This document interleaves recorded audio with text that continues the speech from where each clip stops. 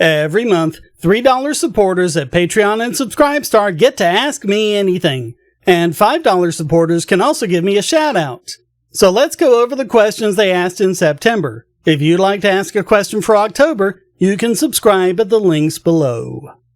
Let's start with one quick one on Subscribestar where Tomasz Urbański asks, what's the difference between principle and dogma? Excellent question, and one that deserves attention. A proper principle is one that has a solid deontological basis for it. And that's important because it means that the reasons people give for any exceptions are never as reliable as they appear. The way to properly show an exception for a deontological principle is to show that either the principle is flawed or the exception is based on a more fundamental principle. So take the old favorite, thou shalt not kill. Killing is bad because people have the right to life. But there is a valid exception here, self-defense or defense of others. When aggression against someone seriously threatens their life or serious bodily harm or something like that, killing in self-defense might be justifiable deontologically. If that's the only way to prevent the harm, and the harm can't be mitigated or compensated for after the fact, then self-defense is completely justified. That is, of course, unless there was a less forceful way that was reasonably apparent to you at the time, it has to be necessary to prevent the harm. And in this way, you can evaluate the action without facing subjectivity or uncertainty. And unlike consequentialism, you don't end up with any ends justify the means excuses. You don't get to steal a loaf of bread to feed a starving man. And even if you do find it necessary in some sort of emergency, you still owe the baker for stealing the bread. Now, contrast that with killing or stealing for the greater good. This is a resort commonly used by authoritarians and utilitarians. And it's generally because they won't have to face the costs of the people they force it on. They might say we have to raise tariffs to support the steel industry. But they're not the ones who are going to be paying, or at least they're so rich it doesn't hit them as hard as it does the rest of us. Minimum wage hurts inexperienced workers and small businesses where hiring is on the margins. A contraception mandate forces someone to pay for it, generally not the people who instigated the mandate. And this is where dogma comes into it. The insistence that something is a moral good, or a right, or free as in free healthcare, or something like that, means not only ignoring the costs you impose on others, but judging them morally. They're greedy people who hate the poor, or they hate women, or whatever. Just like in religion, religious beliefs that aren't deontologically sound, like prohibitions on killing and theft, might make no sense, and so, since they can't be justified on logical grounds, they have to be held up by moral bullying. No sex before marriage, or else you're an adulterer and a philanderer, and we'll make you wear a scarlet A. It's authoritative, not based on logic, and it's authoritarian, not subject to be questioned. If you do, you're a heretic. And so the dogma makes you violate your very rules against killing. Since the people you're killing are judged to be heretics, you can kill them to protect the world from being corrupted by them. Same thing with not paying your taxes, although it's your money. Or hiring someone at a pay they're fine with, but the moralistic busybodies in government say is too low. Or inhaling the fumes from a burning plant they don't like. Since you're going against authoritarian dogma, they can raid your house, shoot your dog, and throw you in a cage, and most of the people will cheer them on. Even though none of it can be justified rationally. So there's all the difference in the world between principle and dogma, and it matters. Now let's go over to Patreon, where Darth Vega asks, in an anarcho-capitalist society, would there be background checks and age checks for purchasing firearms? I think most people would say society would collapse if the answer is no. Well, we managed to get by for hundreds of years without them, and it's not like there were no mass killings or anything otherwise. There might be an age check depending on how things go. Children need to be brought up to understand and respect the rights of others, and if they're not at that age yet, they can't be trusted with a firearm.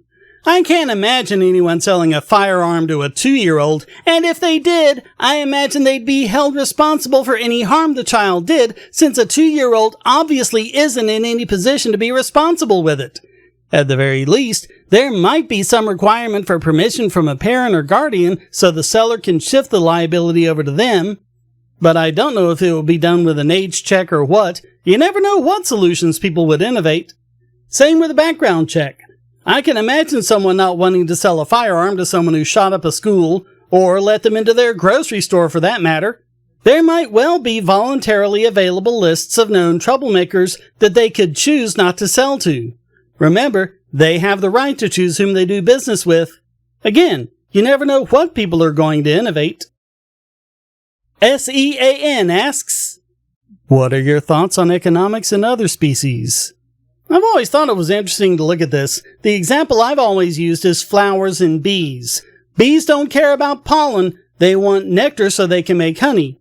Flowers don't care if bees have honey, but they want their pollen spread around. It's easier for flowers to make nectar and bees to fly around. So it's like evolution made some kind of trade. It's as if bees charge a fee in nectar to the flower for their courier service. And like an economic transaction, this must be beneficial to the survival of both species, or else the arrangement never would have evolved. S.E.A.N. has his own example, such as the rent-labor economies of paper wasps, where the work requirements of renter wasps are lower in areas with more nests, prostitution for stones and penguins, and meat for bonobos, or the cleaner wrasse grooming stations around reefs where wrasse that cheat and steal some of their clients' mucus or skin instead of the harder-to-find parasites get less clients overall.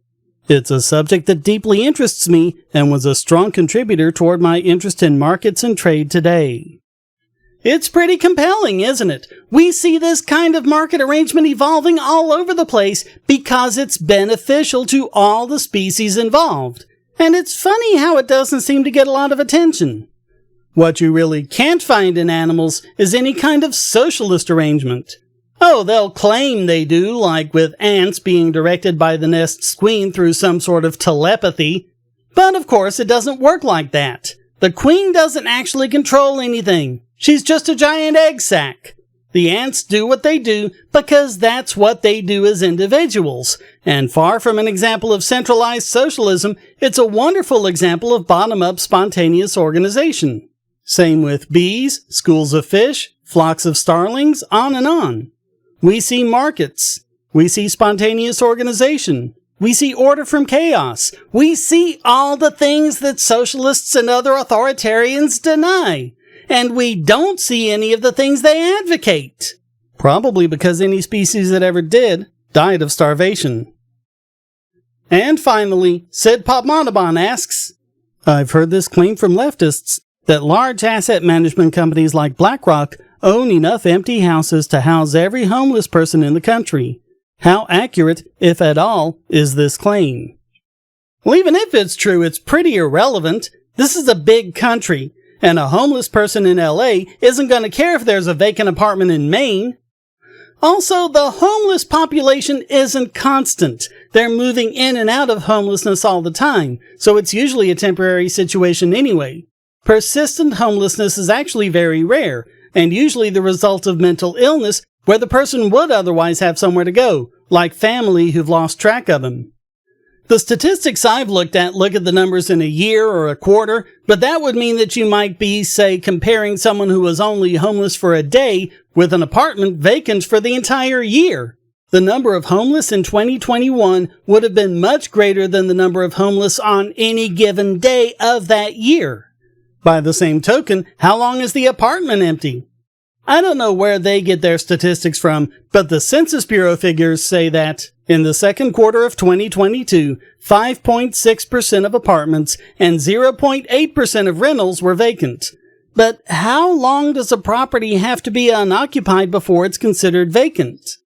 The way it works is, the Census Bureau goes around surveying different housing units, and it's considered a vacant unit if it's vacant at that particular moment. Now, that doesn't include things like homeowners being on vacation, but it does mean that it doesn't have data on how long these homes were vacant. if it's vacant for 2 weeks and then someone moves in, but during those 2 weeks the Census Bureau just happens to survey that home, it's counted as a vacant home. They have occasionally done surveys in cities to find out why properties are vacant, such as a 1-year study of San Francisco. And the single biggest category was under repair or renovation at 34.4% of vacant homes. Next biggest was personal and family reasons at 26%, followed by preparing to rent or sell at 10%. Abandoned or condemned properties were just 0.6% of vacant housing units in San Francisco. They seem to want you to assume that there are all these permanently homeless people and all these permanently vacant homes and apartments we could move them into, but it just doesn't work that way.